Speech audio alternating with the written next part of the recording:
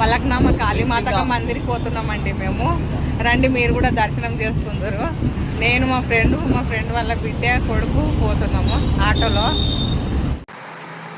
Hello అండి, చెట్టుకింది దొరసాని అని అమ్మవారు పలకనామల అమ్మవారు నిలిచి ఉన్నారు కదా. ముందుగాల కూడా పోయినప్పుడు తీసిన నేను ఒక వీడియో.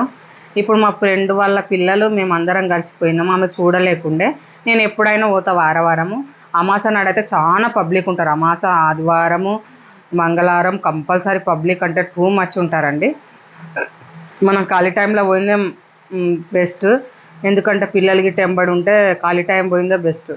చాలా పబ్లిక్ ఉంటుంది. ఆడ అమ్మవారు అనుకున్నవన్నీ కోరికలు తీరుతాయండి. ఏమన్నా ప్రాబ్లంలు ఉన్నా కానీ వెళ్ళిపోతాయి. మనకు చేసినవి కూడా ఉంటే కూడా వెళ్ళిపోతుంది అంటాడు అమ్మవారి దగ్గర. గుమ్మడికాయల దీపం పెడితే అంటున్నారు ఆడ. నాకైతే తెలియదు, నేను అంటున్నారనే నేను చెప్తున్నాను. నాకు అయితే తెలియదు ఇంకా. ఇదైతే తెలుసు నిజం.